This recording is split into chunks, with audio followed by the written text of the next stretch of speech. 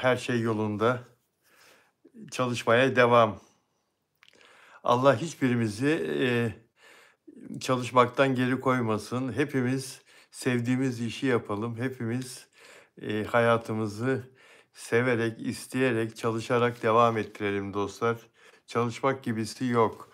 Eee, Sizleri bekliyorum yayına başlamak için. Muazzez Abacı, Allah rahmet eylesin. Çok önemli bir isim, Türkiye için çok önemli bir değer, çok önemli bir yorumcu, şarkıcı ve, Türk müziğinin dev ismi Muazzez Abacı'yı maalesef dün doğum gününde kaybettik. Ve onu seven milyonlar büyük bir üzüntüye, eee, sürüklendi. Sanatçı dostları da peş peşe açıklamalar yapıyorlar. Muazzez Abacı sadece bir sanatçı, bir, güzel ses değildi. Aynı zamanda da çok iyi bir insandı dostlar.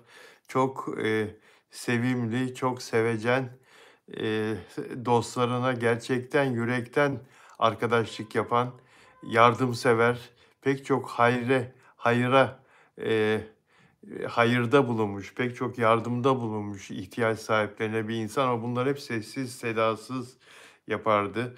Muazzabacı kimseye, yaptığı yardımlarla ilgili hiçbir şey söylemezdi. Sorulduğu zaman da üstü ayıp, ayıp diyerek üstünü kapatırdı muazzabacı. Hayırsever bir insan olduğunda burada söylemekte fayda var. Muazzabacıyı Amerika'da kızının yanında, eee, kaldığı süre içinde geçirdiği rahatsızlıktan dolayı kaybettik arkadaşlar. Ne yazık ki Amerika'da hastanede, kurtarılamadı. Eee, ihmal var mı yok mu? Bu bir başka video konusu. Bunun için ayrıca bu yayın bittikten sonra başka bir yayın açacağım arkadaşlar. Bana göre, Amerika'daki hastanedeki tedavi sürecinde yanlış yapıldı. Ben bunu bir uzman olarak asla söylemiyorum ama bir gazeteci olarak, ben bir tıp insanı değilim ama bir gazeteci olarak yaptığım araştırmada bu işin çok daha başka türlü bu tedavinin yapılabileceği, daha başka tedbir alınabileceği konusunda da bir bilgiye ulaştım. Bunu biraz sonra sizlerle paylaşacağım dostlar ayrı bir canlı yayında. Şunu söylemek istiyorum.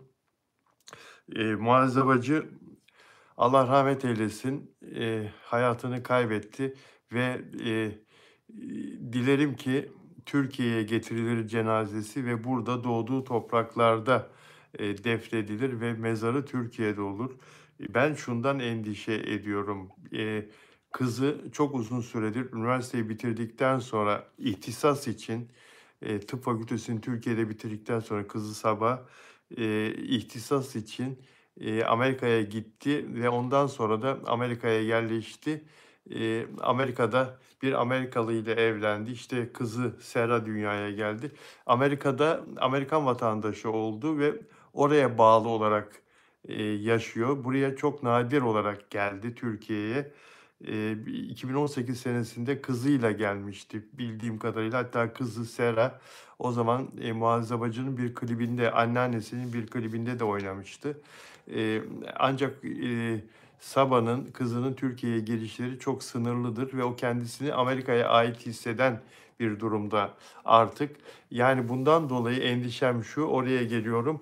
Annesinin mezarının kendi yaşadığı ülkede, kendisinin kolaylıkla ziyaret edebileceği topraklarda olmasını isteyebilir ve onun Türkiye'ye getirilmesine onay vermeyebilir cenazesinin. Dolayısıyla Amerika'da toprağa verebilir. Ben bundan endişe ediyorum.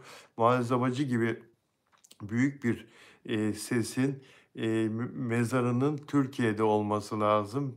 Burada toprağa verilmesi lazım. Burada onu seven insanlar diledikleri zaman onu ziyaret edebilmeliler. Ona, mezarında dua okuyabilmeliler diye düşünüyorum. Türk halkının, buna hakkı olduğunu düşünüyorum. Muazzez Abacı, öyle ya da böyle bir ses değildi. Çok muhtena, çok bambaşka, çok kıymetli, çok değerli. Onu 8 yaşında dinleyen, o zamanın devrin Cumhurbaşkanı Celal Bayar, ve Adnan Menderes huzurunda Celal Bayar'ın istediği İstanbul'a Giderken şarkısını söylüyor. 8 yaşında. O zaman bir musiki cemiyetine devam ediyor. Muazzez Abacı. Düşünün babasını da kaybetmiş ve, eee, annesi ikinci bir evlilik yapmış. Annesi makine kimya endüstrisinin müdürüyle evlenmiş. Ankara'da yaşıyorlar ve makine kimya endüstrisinin bir balosu gerçekleşiyor. Yıl sonu balosu gerçekleşiyor ve o baloya, makine kimya endüstrisi Türkiye'de, o zamanlar önemi çok büyük. Türkiye sanayisi, zaten, birkaç fabrikası olan, birkaç sanayi dalı olan bir, endüstri dalı durumunda ve, makine kimya endüstrisi öne gelen kurumlardan biri, devlet kurumlarından biri. Diyorlar ki, "Cumhurbaşkanının huzurunda şarkı söyler misin?" Muazzez Abacı. Sesi çok güzel, biliyor insanlar ve, müzik eğitimi aldığını da biliyorlar. Küçük çocuğun musiki cemiyete gittiğini de biliyorlar. O da diyor ki, "Tabii söylerim." diyor. Sayın Cumhurbaşkanı diyor, "İstanbul'a giderken, Üsküdar'a giderken Altıda Bir Yağmur şarkısını istiyor." diyor. "A, bu kadar basit mi?" diyor. "Tamam." diyor. Çıkıyor ve bütün şirinliğiyle, o şarkıyı söylüyor. İnsanlar ayakta alkışlıyorlar. Celal Bayar yanına çağırıyor kendisini, Cumhurbaşkanı ve "Sen" diyor, "ne kadar şirin bir kızsın, ne kadar güzel bir kızsın. Müzik, bayıldım sesine." diyor ve annesine babasına diyor ki, "Aman." diyor, "Bu kızı" diyor, "müzikle devam etsin. Lütfen." diyor, "müzikle, ileride" diyor, "çok önemli bir ses, çok önemli bir sanatçı olma itidali görüyorum ben bunda, geleceği görüyorum." diyor ve "Söyle bana." diyor, "küçük kız." diyor, Eee, "Sen" diyor, "kolejde mi okumak istersin, konservatuvarda mı okumak istersin?" diyor Cumhurbaşkanı. Birdenbire Cumhurbaşkanı onun eğitimini üstlenmek istiyor devlet olarak, devlet adına. O da diyor ki daha sonra, yıllar sonra anlattığı, bir röportajda, "İçimden" diyor, "kolej demek geldi." diyor. "Tamam." diyor. Annesi öldüğü için, babası öldüğü için üvey baba, çocuğu yatılı okula vermişler. Ankara'da. Yine Ankara'da, ailesi de Ankara'da. Ondan sonra yatılı okuldan Ankara Koleji tabii çok değerli bir okul. Ankara Koleji'ne geçince yatılı okuldan ayrılıyor ve Ankara Koleji'ne başlıyor. Öylelikle çok köklü bir eğitim alıyor. İngilizcesi falan mükemmel olarak yetişiyor. Muazzez Abacı ve, sonrası Ankara Radyosu'nda, geçen uzun yıllar orada koroda, ve hem de, solist olarak da çok değerli hizmetleri oluyor Abacı'nın ve, yıllar içinde de Abacı hak ettiği başarıları tek tek tek gerçekleştiriyor. Bütün merdivenleri çıkıyor. Türkiye'nin en önemli gazinolarında az solist. Yıllarca, Maxim Gazinosu'nda Fahrettin Aslan'ın vazgeçemediği az solist. Altında da, süper insanlar, süper kadro, süper sanatçılar çalışan bir az solist. Şeker gibi bir kadın ama sinirlenince, tepesi atınca da Muazzez Bacı'nın yanında durulmazdı. Öfkesinden yanında durulmazdı. Hatırlar mısınız? Yanlış notaya basan kemancıya ne yapmıştı? Kafasına mikrofonu indirmişti sahnede. Hatırlar mısınız Muazzez Bacı'nın? Kızdığı zaman da kimse yanında duramaz, barut gibi olur. Onun huyunu bilirler ama sakinleşir. Sonradan, sakinleşir Muazzez Abacı. Muazzez Abacı'nın herkes mal varlığını merak ediyor. Bana da yazıp soruyorsunuz, "Bilal Bey, bu kadar başarılı bir kadın, bu kadar yıllarca gazinolarda zirvede çalışmış, yıllarca, Türk sanat müziğinde, Zeki Müren'le birlikte ismi anılan, erkeklerde Zeki Müren, kadın olarak da Muazzez Abacı, Türkiye'nin en büyük sesi, en büyük ne kadar serveti vardır." diye. Muazzez Abacı'yı çok eski tanırım. Çok eski. Tuzla'daki evine de yıllar önce gidip röportaj da yapmıştım kendisine. Tuzla'da mükemmel bir villada, oturuyordu o zaman. 3 katlı bir konak diyebiliriz, kendisiyle. Amerika'ya gitmeden evvel de en son 2012 senesinde, Şişli'deki Günay, restoranda görüşmüştük kendisiyle kulis odasında. Eşim Şebnem'le beraber yanına ziyarete gitmiştik kulis odasına. Muazzez Abacı'nın ve sahnede İstanbul'da, Türkiye'de son sahnesiydi o. Muhteşem bir ses, muhteşem bir yorum. Yine herkesi kendisine hayran bırakmıştı. Muazzez Abacı'nın serveti konusunda, kesin bir şey olmamakla birlikte, kesin şudur denilemez. Tabii hiç kimsenin, ne kadar malı mülkü olduğunu en iyi kendisi bilir. Fakat yıllar içinde benim kenara aldığım notlardan şimdi size okuyacağım. Muazzabacının mal varlığını ve eee,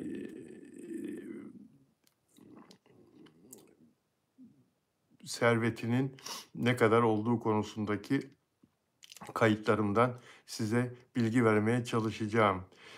İstanbul'un birçok değerli semtinde evi bulunuyor ve bankalarda da yüklü miktarda parası bulunuyor Muazzez Abacı'nın.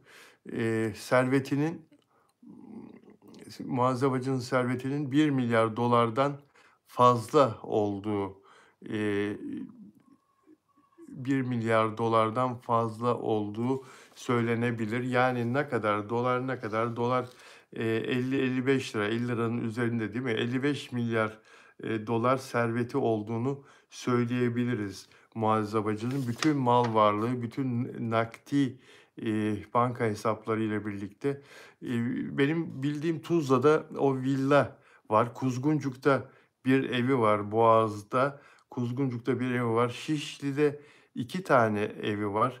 Bodrum'da evi var, yazlığı var, villası. Marmaris'te bir villası var. Antalya'da bir evi var. İzmir'de 2 dairesi olduğunu biliyorum. Fuar zamanı aldığı daireler. Ankara'da evleri olduğunu biliyorum ama sayısını bilmiyorum ve Türkiye'nin çeşitli yerlerinde aldığı arsaları, arazileri olduğunu biliyorum ve mücevherleri. Servetinin önemli bir kısmını da mücevherleri oluşturuyor arkadaşlar.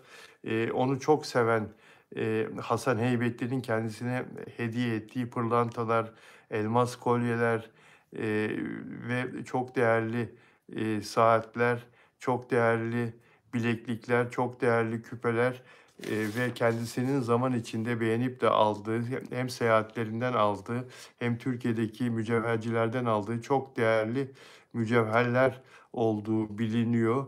Ve bunların hepsinin de sigortalı olduğu ve banka kasasında bulunduğu biliniyor.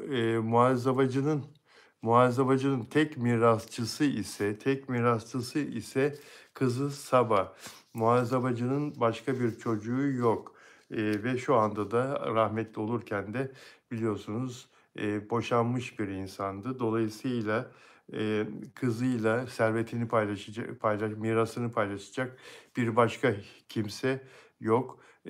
Muazzabacı'nın kızı da Amerika'da çok önemli bir psikiyatrist. New York'ta görev yapıyor kendisi arkadaşlar. Eee, New York'ta psikiyatri, ruh sağlığı üzerine görev yapan bir psikiyatrist. Kızı Saba ve Sera kızı, Saba'nın kızı da Sera, Muazzabacı'nın torunu. O da bayağı yaş aldı, büyüdü. Artık o eski çocuk Sera değil. Zannedersem 22 yaşına geldi Sera ve o da eğitimine devam ediyor. Üniversite eğitimine devam ediyor. Amerika'da, o da Amerika'da ve Saba'da bir Amerikalıyla evli ve son derece mutlu bir hayatı var. Tabii ki hayatının en merkezine koyduğu annesinin vefatı Saba'yı yıktı ve bir doktor olarak annesinin bu rahatsızlanmasında, sonra hastalığında, yoğun bakım günlerinde ona çare olamadığı için de büyük bir acı çektiğini, çok üzüldüğünü duyuyorum. Amerika'daki yakınlarından aldığım habere göre Saba yıkılmış durumda. Ben nasıl annemi kendi ellerimle eee, bu hastalıktan çıkaramadım diye yıkılmış durumda. Tabii ki takdiri ilahi elbette Allah'ın takdiri ama bir doktor olarak bir evladın da üzülmesi gayet doğal. Muazzez Abacı'yı çok çok iyi biliyorum. Kendisiyle 90'lı yıllarda yaptığımız röportajlarda Saba'dan hep övgüyle bahsederdi ve Saba'nın çok iyi bir eğitim aldığını, çok başarılı bir doktor olacağına, çok iyi bir uzman hekim olacağına inandığını söylemişti. Muazzez Bacı. Sabah bugün 52 yaşında. Gerçekten de annesinin dedikleri hep gerçekleşti ve profesör olarak New York'ta ruh sağlığı konusunda çok önde bir isim, çok zirvede bir isim Sabah. Ancak ne yazık ki annesi ellerinin arasından hastanede kaydı gitti dostlar. Ve ünlülerin mesajları var. Ünlülerin mesajları var. Rahmetli Muazzez Bacı'nın arkasından söyledikleri var. Hepsi birbirinden değerli sözler. Hepsi birbirinden e, hicran dolu, dram dolu sözler. Hepsi Muazzez Bacı'yı yere göğe sığdıramıyor ve hepsi de acılarını dile götürüyorlar. Böyle bir sanatçıyı ve değerli arkadaşlarını, dostlarını kaybetmenin vermiş olduğu acıyı dile getiriyorlar. Hepsine başsağlığı dilemekten başka elden bir şey gelmiyor tabii.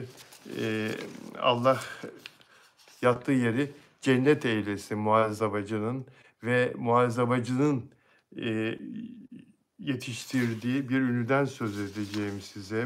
Muazzez Bacı'yı izleyerek ben de böyle bir az solist olacağım. Ben de Muazzez Abacı gibi sahneye hakim olacağım. Ben de sahneye çıktığım zaman insanlar beni büyük bir ilgiyle, sevgiyle, çatallarını, kaşıklarını ellerine almadan, yemeklerine, tabaklarına dokunmadan sessizce, huşu içinde dinleyecekler diyen bir isim. Kim olduğunu tahmin edebiliyor musunuz arkadaşlar? Kim o isim?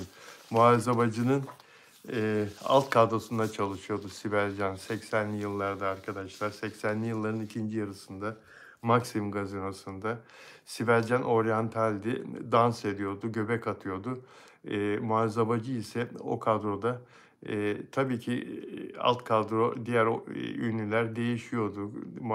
Muazzez Bacı az solist olduğu zaman Sibel Can'ı mutlaka alt kadrosuna istiyordu. Zaman zaman İbrahim Tatlıses de oluyordu ve başka isimler de oluyordu o kadroda.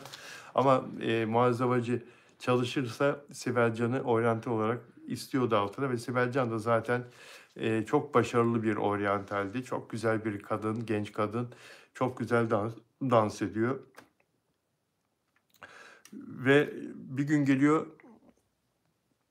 Sibel Can'ı artık sahneye şarkıcı olarak yetiştirmek gerektiğine inanıyor çevresi.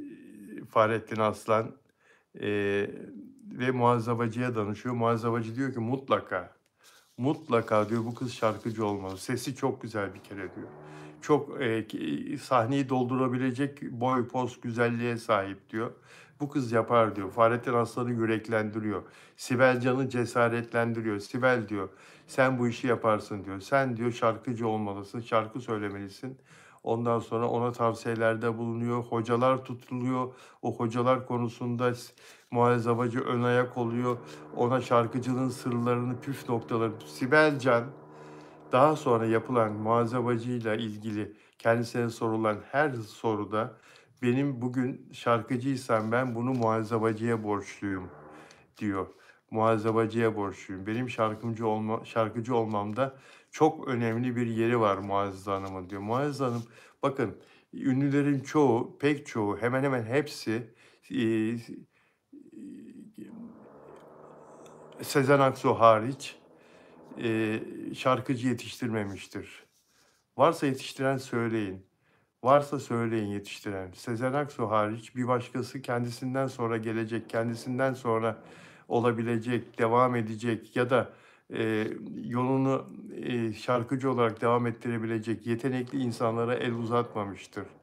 Maalesef insanlarımızda böyle bir huy var çoğunda. Ama Sezen Aksu yetişti ve Muazzez Abacı da bu konuda hakikaten e, el vererek Sibel Can'a onun bugün Türkiye'nin en önemli seslerinden birisini olmasına ön ayak olmuştur. Böyle de bir yönü vardı Abacı'nın. Allah rahmet eylesin, nur içinde yatsın arkadaşlar. Peki ben biraz sonra yine bir canlı yayın açacağım. Yine Muazzez Abacı ile ilgili bir başka konuda. Nedir o konu? Ölümünde ihmal var mı? Bana göre Amerikalı doktorlar yanlış yaptılar arkadaşlar. Biraz sonra konuşacağız.